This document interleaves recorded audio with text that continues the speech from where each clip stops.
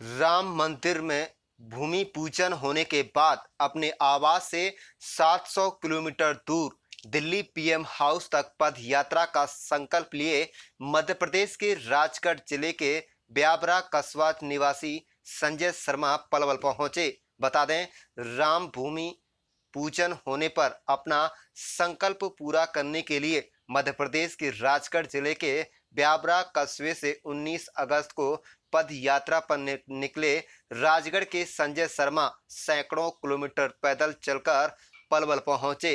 पलवल आगमन पर general store व्यवसायी संजय शर्मा का कहना है कि जब देश के प्रधानमंत्री नरेंद्र मोदी पहली बार प्रधानमंत्री बने थे और राम मंदिर भूमि मुद्दे का मामला जब सुप्रीम कोर्ट में चल रहा था, तब उन्होंने संकल्प लिया था कि प्रधानमंत्री नरेंद्र मोदी अगर अयोध्या मंदिर का भूमि पूजन करेंगे तो वह उनसे मिलने पैदल दिल्ली अवश्य जाएंगे। इसी संकल्प को पूरा करने के लिए ब्यावरा से दिल्ली की यह पद यात्रा शुरू की है। पलवल पहुंचने में 27 दिन का समय लगा। अगर मौसम साफ रहा तो 2 दिन में पद यात्रा कर दिल्ली पहुंच जाएगा। यहां प्रधानमंत्री मोदी से भेंट करेगा। 27 दिन की पैदल यात्रा कर पलवल पहुंचे संजय शर्मा का कहना है कि उनकी राजगढ़ में जनरल स्टोर की दुकान व होटल है। हालांकि उनका निवास राजगढ़ में है, लेकिन उन्होंने अपनी पदयात्रा 19 अगस्त को ब्यावरा से इसलिए शुरू की क्योंकि वे घर वालों को बगैर बताए यह पदयात्रा कर रहे हैं। अगर उन्होंने इस संबंध में घर वालों को बता दिया होता तो वे उनको अकेले ही इतनी दूर की पैदल यात्रा करने की इजाजत नहीं देते। आप देख रहे हैं पलवल से सौरभ वर्मा की रिपोर्ट। क्या नाम है जी आपका? क्या नाम है आपका? संजय शर्मा। कहाँ के रहने वाले हो आप? मैं राजगढ़ जिला राजगढ़ ब्यावरा मध्य प्रदेश का रहने वाला हूँ। ये जो पैदल यात्रा आप निकाल रहे हो हाथों में तिरंगा लेकर के, क्या उद्देश्य है, किस लिए निकाल रहे हो?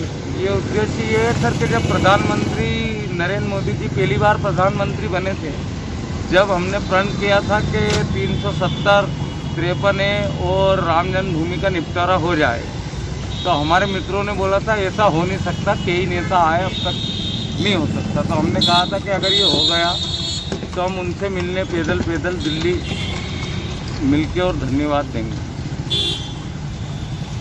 और भी हम कुछ कहना चाहते हैं। हम गायक भी हैं, कवि भी हैं, लेखक भी हैं। एक हमने कविता भी बनाई है, लगन लगी है मोदी जी से मिलने की, आस जगी है मोदी जी से मिलने की, यही तमन्ना है, यही आरजू है मोदी जी से मिलने की। बस शर्त एक है 18 से 40 वर्ष के युवा मेरे साथ हो। कोई जगाने वाला आया है, अब तो जग जाओ।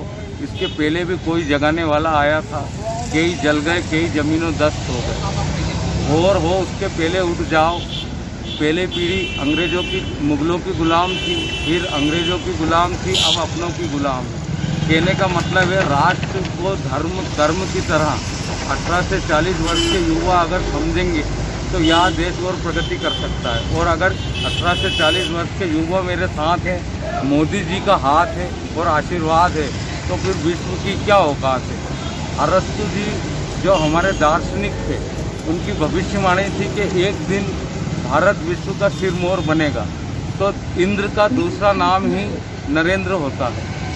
और कलयुग में राम जी भी आ गए हैं और इंद्र के रूप में, हनुमान जी के रूप में मोदी जी आए हैं।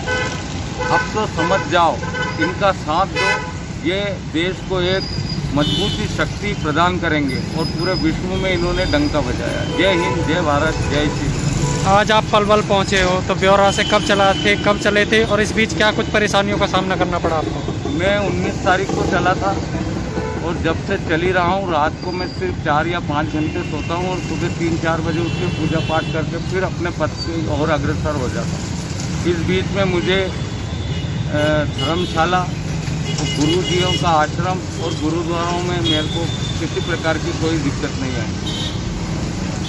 तो वहीं खाना खाते हो? वहीं खाना खाता हूँ, वहीं वो नहाने की व्यवस्था कर देते हैं, सारी व्यवस्था। अब आगे कहाँ तक आपकी ये जो पैदल यात्रा है?